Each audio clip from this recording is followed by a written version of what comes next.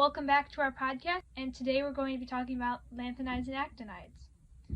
So, I'm doing lanthanides, so I'm going to start off, and if you don't know where these are, they're most likely located underneath the...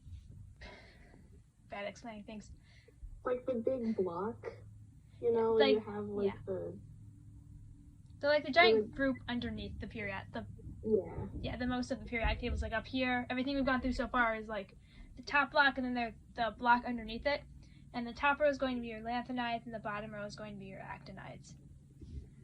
So some just overarching info I want to say about lanthanides is they have one valence electron. And sometimes you'll see them called rare earth metals.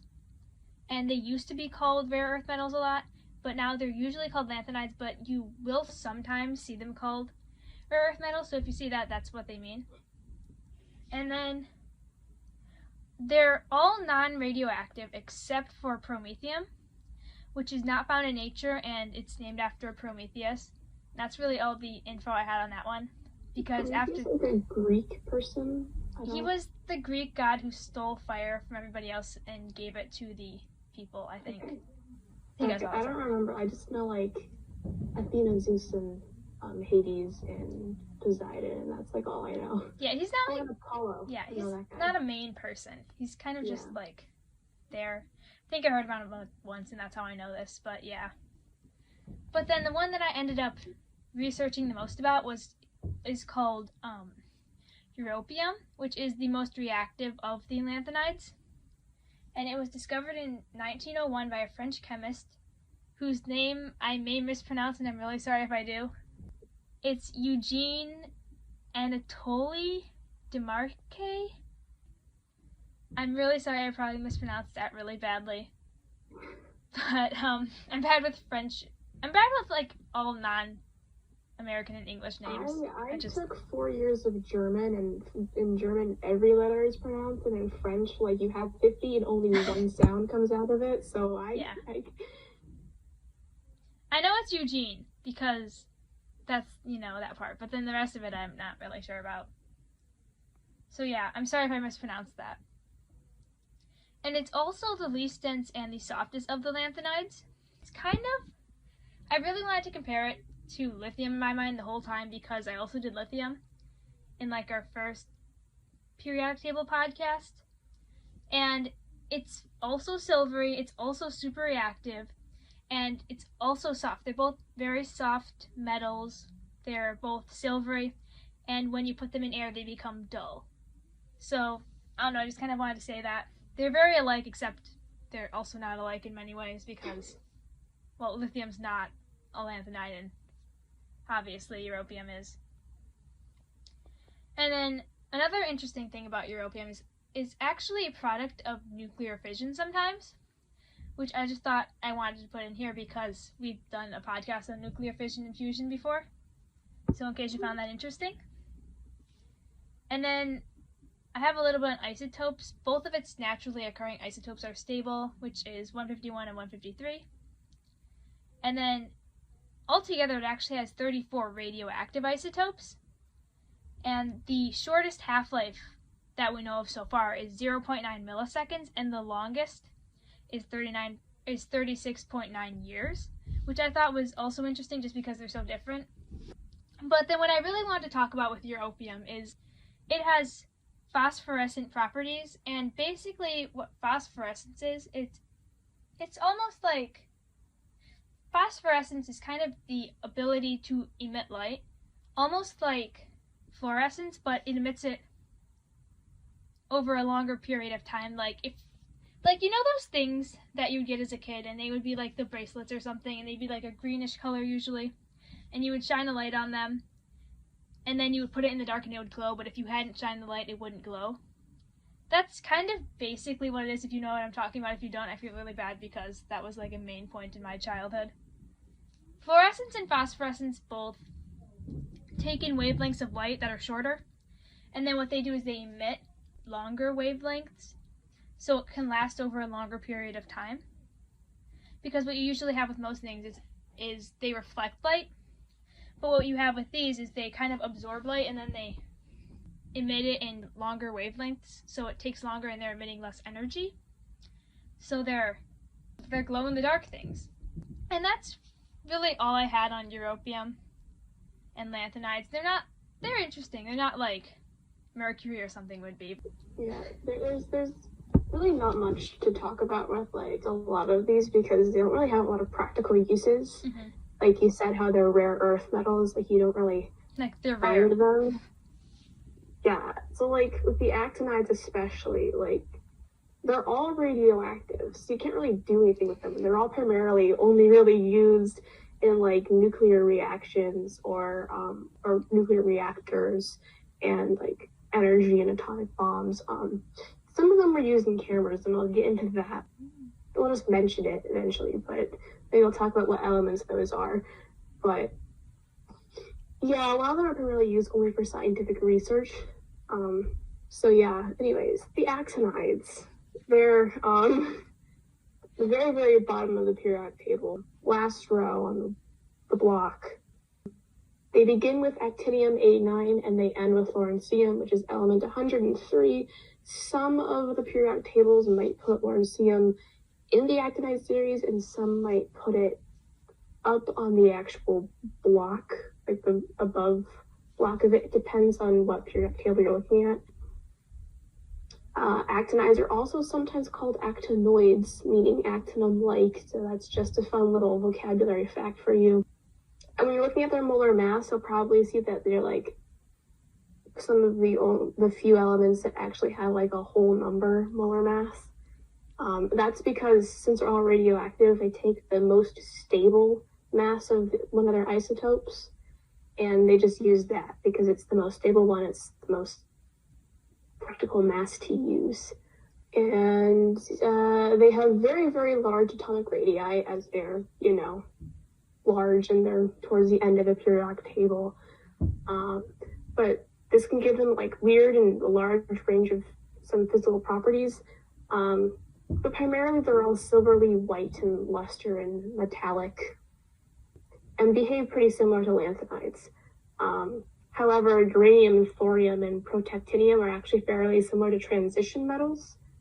They can bond with lots of oxygen and fluorine typically. And those were actually the first actinides to be discovered, and were actually discovered before actinium, which I find interesting because actinium is like the start of lanthanides, and the actinides, they didn't even have like the element discovered until like the end of the 1800s, like 1899. It was actually discovered by an assistant of Marie Curie, Andre Louis de Bearn or something. Again, it's French, and he discovered, they've already talked about how we don't know how to say French. Yep, it's just... yeah. I find this kind of funny because he described it as similar to titanium. And then after they discovered thorium, he said it's similar to thorium. And so he changed his description of it once they found another element. However, there is some controversy because, like, in the 70s, there's actually this guy who said, oh, it looks like Friedrich Oscar Giesel, who was, like, I forget what country he was from, but they think that he actually kind of did similar work, and Andre Louis, or whatever his name is, because it's French and I can't say it, so I feel really bad for saying that, but there's some controversy over who actually like discovered it or whose work is actually there. So yeah, actinium. Moving down to like thorium, because I just kind of did like some basic information on each of them because there's not really much, unless you want to talk about uranium, but we kind of already covered uranium because it's in nuclear fission. It's uranium. We kind of went over it like in small pieces, like throughout the podcast. You probably know everything about it already. Yeah. So thorium is bright and silvery white, and it tarnishes and turns black when exposed to air. It is soft enough to actually be scratched with a knife, though. So that's interesting, I found. And they're beginning to use thorium right now in nuclear reactors for nuclear energy because it's actually safer and easier to control than uranium. And additionally, it produces less radioactive waste with shorter half-lives, so it's actually safer for the environment as well. And is also used in alloying magnesium and coating tungsten wire, and sometimes used in camera lenses and some scientific equipment and stuff. The next one's Protactinium. This one I just find funny because this one had like 3 different name changes in its history. So it is the oldest existing actinide. What I mean by that is like its half-life is like 32 billion years old or something. Or its half-life, that's how long it is. So they're able to calculate that it is present to the Earth for the longest period of time in comparison to the other actinides. So that half-life was actually discovered by Lisa Meitner and Otto Hahn. Shout out to those people, I love them. It was originally, when it was like actually discovered by some other scientists, it was like this guy named Goering or something. I don't remember their name, and I should remember, but I don't. There were 2 other German scientists who actually had discovered it, but they discovered like this really short half-life isotope of it that only lasted for a few seconds. So they called it bervium, which meant brief, because of its short half-life. And then once Lisa Meitner and Otto Hahn discovered a longer living half-life, they changed it to Protactinium, meaning like parent of actinium or coming first or before actinium, because it then decays into actinium. And then a couple years later, they shortened Protactinium to just plain old Protactinium, because I honestly have no idea why they decided to do that, but they did. Yeah. And there really are no other uses other than scientific research, which again is the norm for most actinides. Yeah. Then there's uranium. You could, again, talk about uranium for forever. I will say it is one of the more abundant naturally occurring actinides, and it's primarily found in like land-based ores, which are mined, and it's found in the form of yellow cake, which is uranium oxide, or sometimes there's fluorine bonded to it as well, covalently. But there's actually thought to be like 4 billion tons of uranium in the oceans. I don't know if they found it, but they think that there is. It's theirs. The research I found is like semi-controversial, but not entirely. It's a weird thing. I don't know, because it would be like dissolved in the ocean or somewhere. It's not entirely sure. Anyways, Neptunium, named after Neptune, is right after it. Yeah. It was the first transuranic element to be discovered, which makes sense because it's right after uranium. Has 15 known isotopes, and has been considered and used for nuclear fuel, although not actually been used for nuclear fuel. That's as about exciting as it gets. The primary use of it, though, is to create plutonium-238, because you have to go through decay. So you take the neptunium, and then you just make it decay into a different element that they can actually use. Did they do the Neptune then Pluto thing on purpose? Like how they're in the orbits? Plutonium is actually right after Neptunium. So maybe. Because actually uranium is named after Uranus, and then Neptunium, and then plutonium. They're all right in a row. So they got tired of naming things. It's just like, just use the planets, it's fine. Well, that's what you see. Like, they start naming the planets, and then they like have Americanum, which is named after America, and then they just started naming it after like a bunch of scientists. Yeah, there's like Curium, Einsteinium, and like universities, and California and Tennessee, and actually my birth town, Livermore, California, actually has an element named after it. That's really cool. Yeah, well, that's off topic, but yeah, there's like this Lawrence Livermore National Laboratory, which is right next to where I lived when I was born, in California. They did like a lot of research on like elements and everything, and he had to get there. Like, my father was like, he was in sales, but he had wanted to like sell something to these scientists, and just to do that, he had to have like a whole background check and go through those intense security things just to get in to sell it, and they didn't even want it in the end. But I find that funny. But yeah, it has an element named after it. Element, I think it's 114. I think that's Lawrencium. Or Livermorium. Lawrencium is 103. They're, same thing, but not. Anyways, yeah.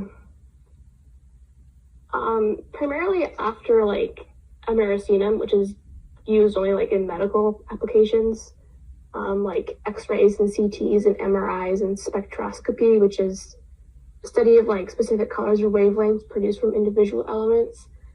Besides that, you have like the last actinides, which are just named after people and places and have no use except for scientific research. And they're all synthetic, and they just kind of exist because we can make them. Because theoretically, there's an infinite amount of elements that you can make, because whenever you add a proton, you make another, element. So theoretically, you could keep making atoms into infinity. However, it's trickier than that because you have to take into account like the proton to neutron ratio and, making sure that it doesn't just collapse in on itself, and that it has just enough components to just be stable. So it's actually really hard to make a lot of these synthetic elements going on and going forward, but it's kind of a fun discovery for the individuals who discover it, because it takes a long time and a lot of work. So they primarily just exist on the periodic table, like after you get past that point, just because they can. And they can put them there. And yeah, that's primarily all I have. Yeah, so those are the actinides. Now you know about the entire periodic table. Thank you for listening to our podcast, and join us next week, and we will be discussing some more interesting things about chemistry.